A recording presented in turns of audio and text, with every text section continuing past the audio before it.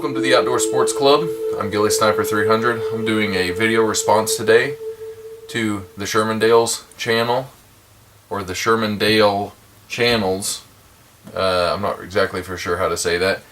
Their subscription contest giveaway regarding striker fired or hammered guns and our preferences. The contest is a pretty cool contest. There's I believe a knife, a kind of a range bag sort of a thing, or a Glock bag, and then a holster.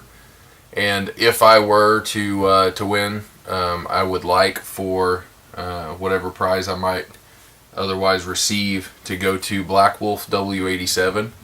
I believe he could probably get some use out of any of those things, and he's a cool guy anyway, so I'd like to give a shout out to him and for the prize if I were to happen to win, to go to that, to him. So anyway, the question was, do you prefer a hammered gun or a striker fired gun? Now these are both actually hammered guns. These are the only two guns I own. Which, interestingly enough, these are opposite ends, in a way, of the spectrum of firearms.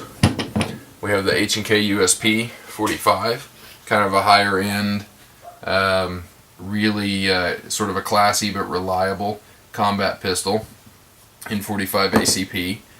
And then we have kind of a low end Kel-Tec PF9.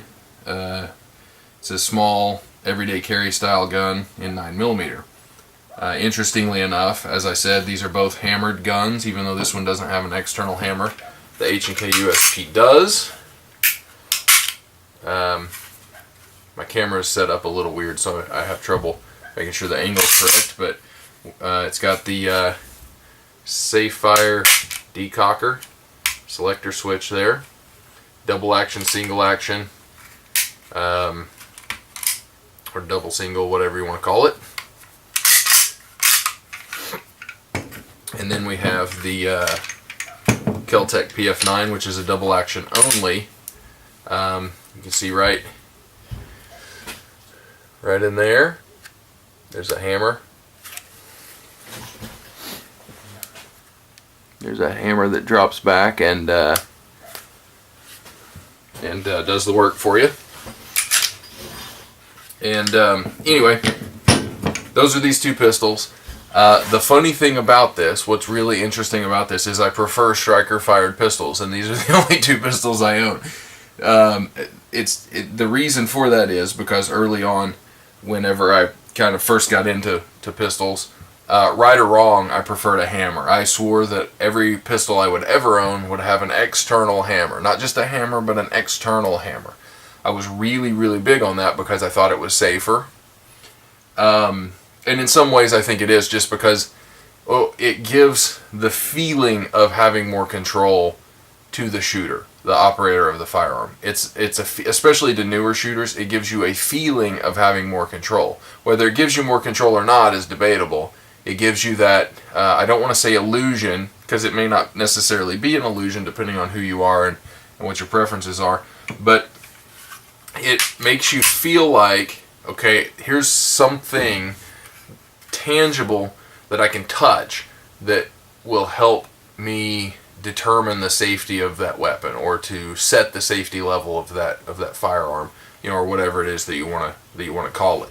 The problem is, for me, it adds complexity to using this firearm. Now, I've used hammered weapons before, hammered firearms before, 30-30s and shotguns that had external hammers that you had to manipulate, and so I felt pretty comfortable with that. But in terms of concealed carry, home defense, self-defense type situations, for me personally, there's just not a really good way that I want to carry this.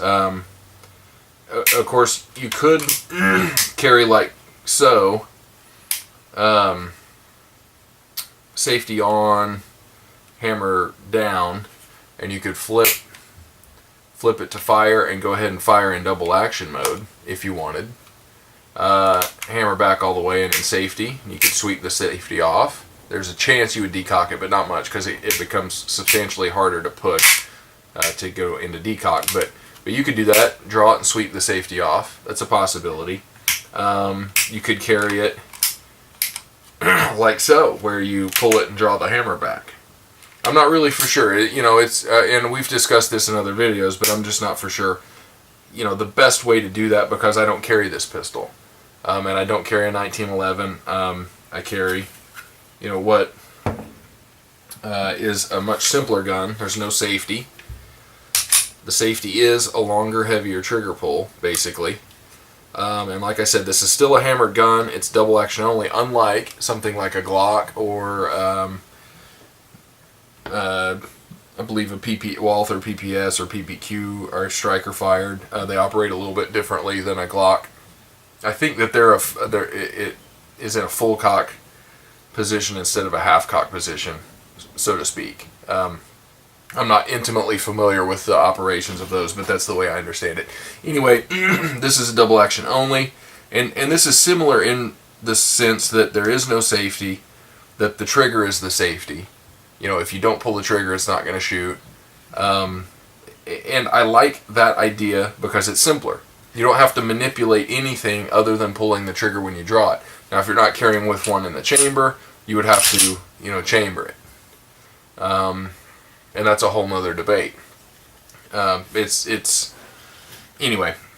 The reason I prefer striker fired over something that sort of simulates that simplicity like this is because of the trigger pull. A Glock has a substantially lighter and shorter trigger pull than this. The PPQ is really crisp. The PPS is really crisp.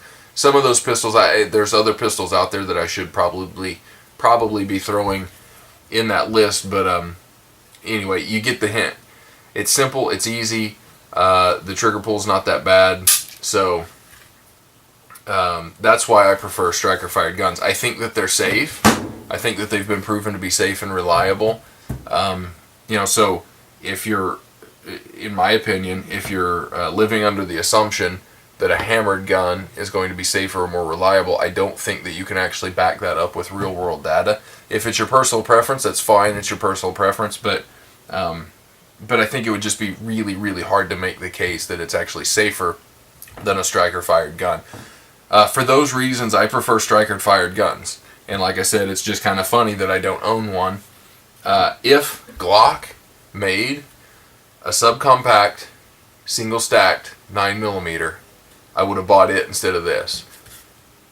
This right here is why I bought this, and the price. It was just really easy to get into. I could have bought a car. I wouldn't mind going after a car CM9. I'm not going to pay the money for a PF9 or a PM9.